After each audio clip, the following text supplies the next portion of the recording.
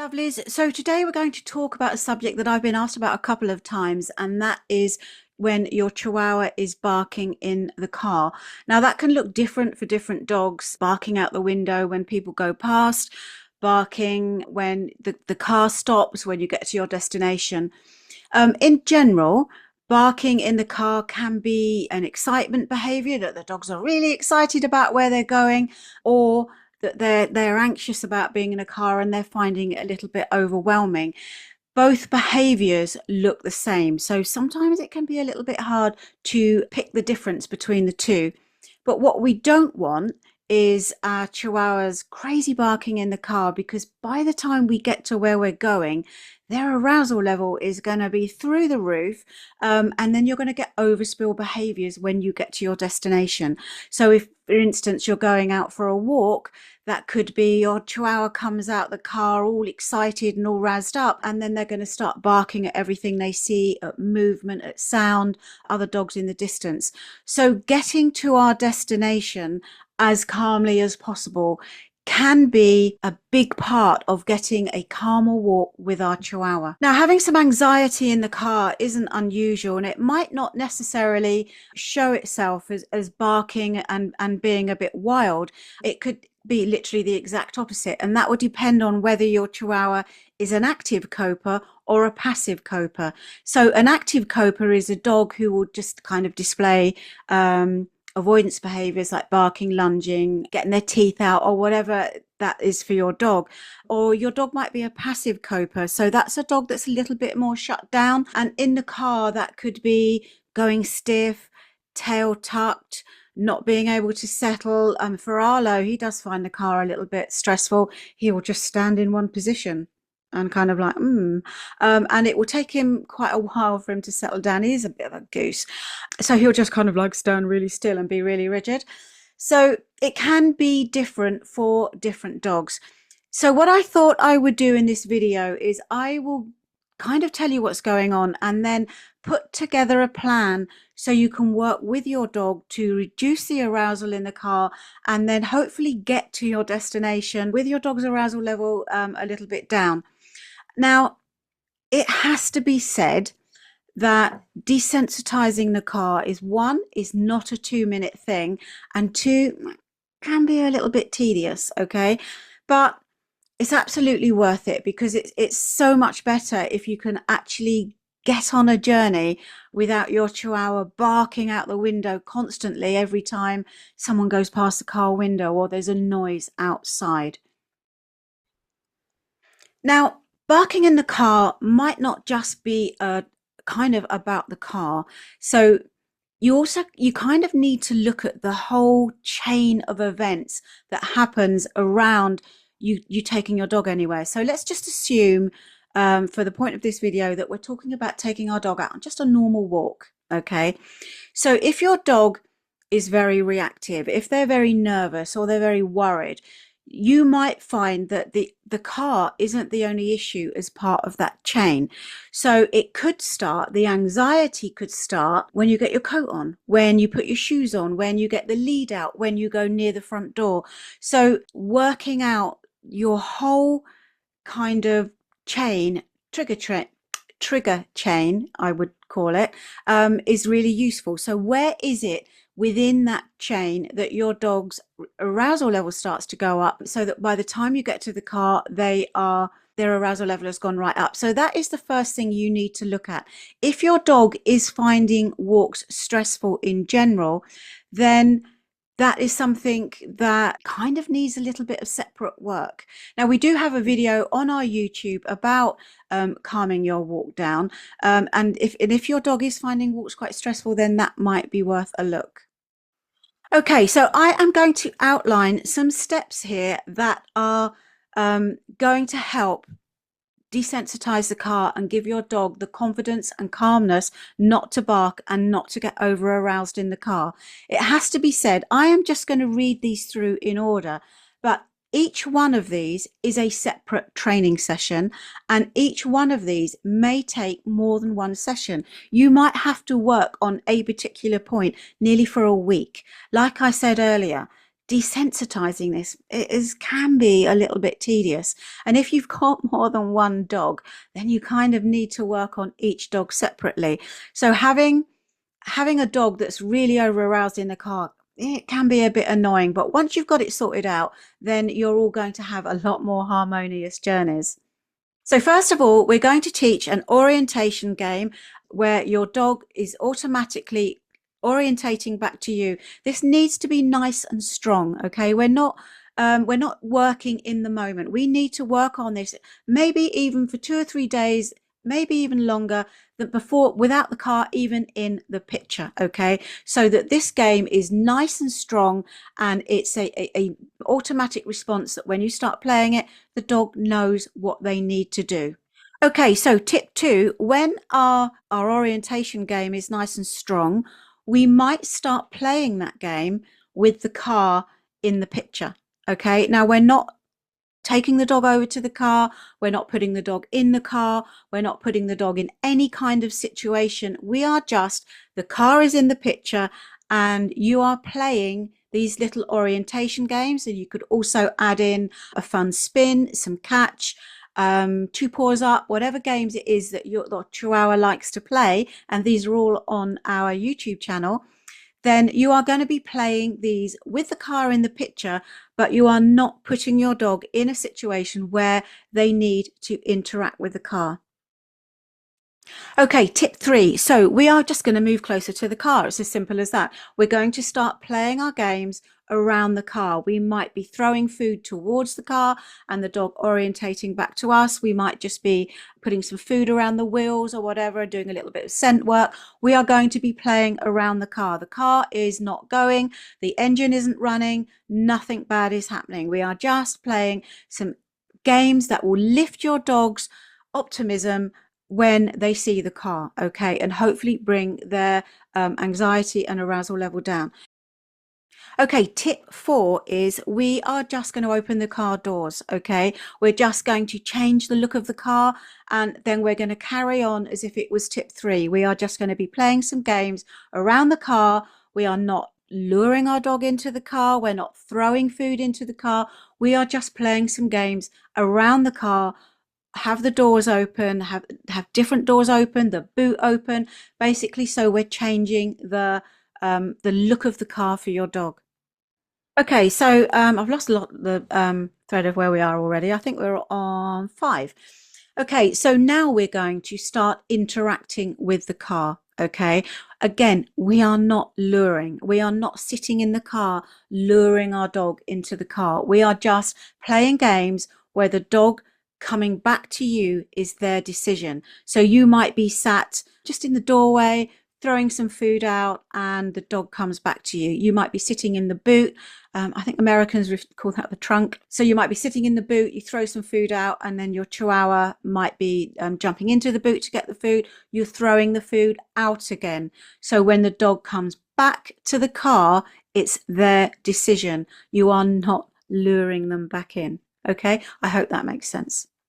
So if your dog can't jump into the car themselves, I mean, my car's fairly low, it's an estate, but if you've got quite a high car and they can't do that, then you might need to introduce a ramp so that they can run up and down it. Now, if that's the case, then you will have to teach the ramp separately, okay? Because the dog is probably not just going to run up the ramp unless they've done some work around that as well. So that might be something that you have to take into account there.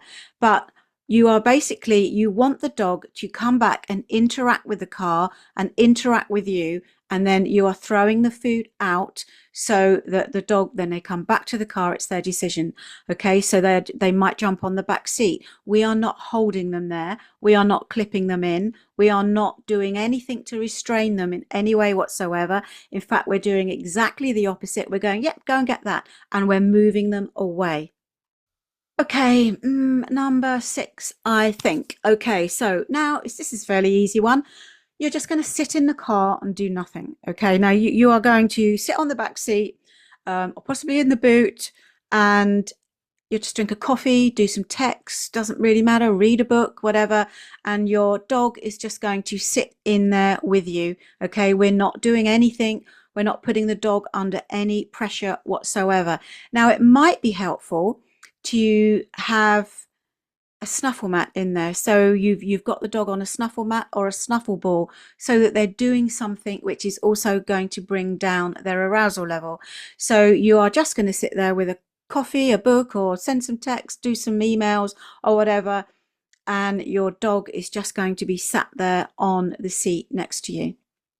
Okay, so number 7 is you're just going to change position around the car. Okay, so you might be in the front seat, you might be in the passenger seat, you might be in the boot, whatever you haven't done initially, you just need to do. So you change your position around the car, but keep the dog on the back seat if that's where they're normally going to be when you're actually going anywhere. If your dog is going to be crated, then you might have them in their crate. So again, if they're not good with their crate, that might be something again that you have to teach separately. Okay, number 8. So number 8, we're going to put the engine on. Okay, you can have the doors open, closed, depending on where your dog is in this process. But you're going to put the engine on, you're going to turn the engine off, you're just going to do nothing, you're going to sit there, you're not going to make huge amounts of noise, you're not going to make huge amounts of fuss, you're just going to put the engine on, engine off. And what we're looking for here is for this not to be an event for your dog. So at this stage, if your dog starts barking, then you need to go back a step and you need to do a lot more work around the earlier stages. You need to pinpoint where it is that your Chihuahua's arousal level has gone right up and they've started becoming anxious again, and just go back and do some more work there. What I want you to do now is, obviously this might be the point where you need to tether your dog. Okay, you might need to clip them in, and again, depending on how they feel about this, you might need to do some work there as well. So you've got your dog tethered in the back, you're sitting in the front, and you are literally just going to move the car backwards and forwards. Okay, you're not going anywhere, you're not doing anything. Your dog could be on a snuffle mat, they could be just sat there with a long-term chew, or they could be doing nothing. Okay, so you are just going to move the car backwards and forwards, and when you stop, there's no event, nothing is happening. You are not going to get all excited, oh, it's a really good dog, oh, good boy, all the rest of it, because that for sure is going to push your Chihuahua's arousal level up, which is then going to create an event around the car stopping, which is not what we want. Okay, we are stopping the car, we're going to sit there and we're going to do nothing, and then we're going to get the dog out.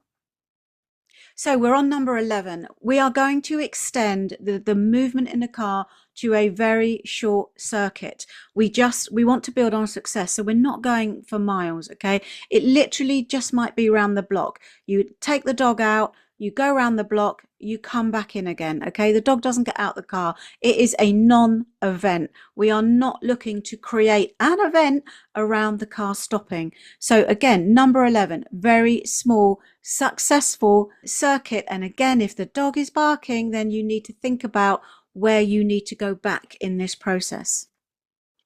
Okay, number 12, just start taking your dog out on errands, pointless journeys. Okay, just go to pick the kids up from school, post a letter, just whatever it is, just put the dog in a car and just go out on, you can actually not even have anything to do because the dog won't know. And then just take the dog out on lots of little tiny successful pointless journeys. We are not getting the dog out at our destination. It is a complete non-event as far as they're concerned. Okay, number 13 is we are going to take our dog somewhere quiet. So we're going to go out in the car and we're going to drive somewhere quiet where they are not going to be put under any pressure. Quite often, obviously it depends where you live, but an example would be a industrial estate at the weekend, because they're generally quite quiet then. What we don't want is our dog being put in a situation where another dog might come up to them, or a person might go, oh, I need to touch your dog, oh, can I? No, okay, you cannot. So we are going to drive there, we're going to stop the car, we're going to do nothing for a few moments, we're then going to get the dog out, we're going to play a couple of little orientation games with them. We even might scatter feed, which is just drop some crumbs on the floor and place maybe some spins or whatever. and then we're going to put the dog back in the car and we're going to come home again. Okay. What we've built here is a chain that is a positive experience in the car, a positive outcome with the arousal level. Obviously, they're going to be a little bit excited, but their arousal level isn't through the roof. And then we're going to put them back in the car. Now, you might need to practice that a few times. Okay. It again depends on your dog, but a pointless journey with a calm outcome, a joyful outcome, will start to rehearse the success that you're looking for. Okay, so number 14 is when you start your walks up again, you're go in the car, go out for a walk routine. Obviously, we don't want to go back to the old ways. We don't want to be growing the behavior of crazy barking in the car again. So when you get out on your walk, there are a few games that you can play to bring the dog's arousal level down before you go on your circuit. Okay, so you might again scatter feed. As you get the dogs out, you scatter feed a few bits of food on the floor so that as the dogs get out of the car, rather than being focused on the environment and what they can bark at and what they can worry about, they are engaged in a game that engages the seeking system in their brain. Okay, the seeking system is a nice positive mindset for a dog, and it brings their arousal level down. You could also do some nice calm figure of 8 walking, where you just have your dog before you go on your walk walking round with you in a nice calm meditative, not easy to say with a stutter, figure of 8, which again has been shown to bring a dog's arousal level down. I'm pretty sure you do that with horses as well. So you are just going to bring your dog's arousal level down, because we don't want the dog to associate going in the car with a massive burst of excitement when they get to wherever it is you're supposed to be going. So it's important to remember that every tip that I've given you here is a session in its own right. Okay, we are not going to push our dog through 3 or 4 steps of this in one go, because you've got to give the dog a chance to grow that calmness, to grow that, okay, this, I don't need to worry about this. And if you push them in you go straight to getting the dog in and out of the car, and you haven't done the work prior to that, which gives the dog a foundation of, oh, the car's nothing to worry about, then you're not going to get the outcomes you want. And like I said at the beginning, it could easily take 2 or 3 goes of each session, if not more, depending on how upset your dog gets, to regrow a calmer response to being in the car. Okay, so I hope that's been really helpful, and it's given you some tips on how to grow calmness in the car. Now, I've given you quite a lot to think about. So what I will do is put a plan in the comments underneath, so you can get a copy of all the steps and stages, and then you can kind of just tick them off as you go, so like a worksheet. So I'll put that in the comments as soon as I can. Okay, so Mika wanted to come up for a cuddle. He's a gorgeous boy.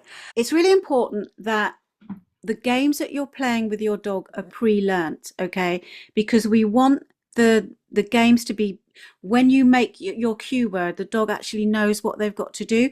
So it's really important that before you start the work around the car, that the games you're going to teach your dog have been pre-learned. And that is especially important for when you start taking your dog out and first getting them out of the car. So it's really important that the dog understands what the games are and what they're going to do, because we don't want to try and teach them when they're in a high arousal situation. So I hope you found that useful, and you will get some help with your Chihuahua barking in the car.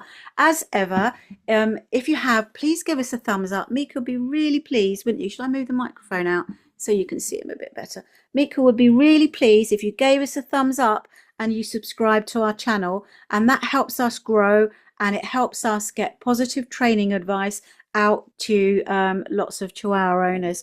So do give us a thumbs up. Don't forget to subscribe. And if you have any questions, as ever, please put them in the comments and I'll come back to you. Bye-bye for now.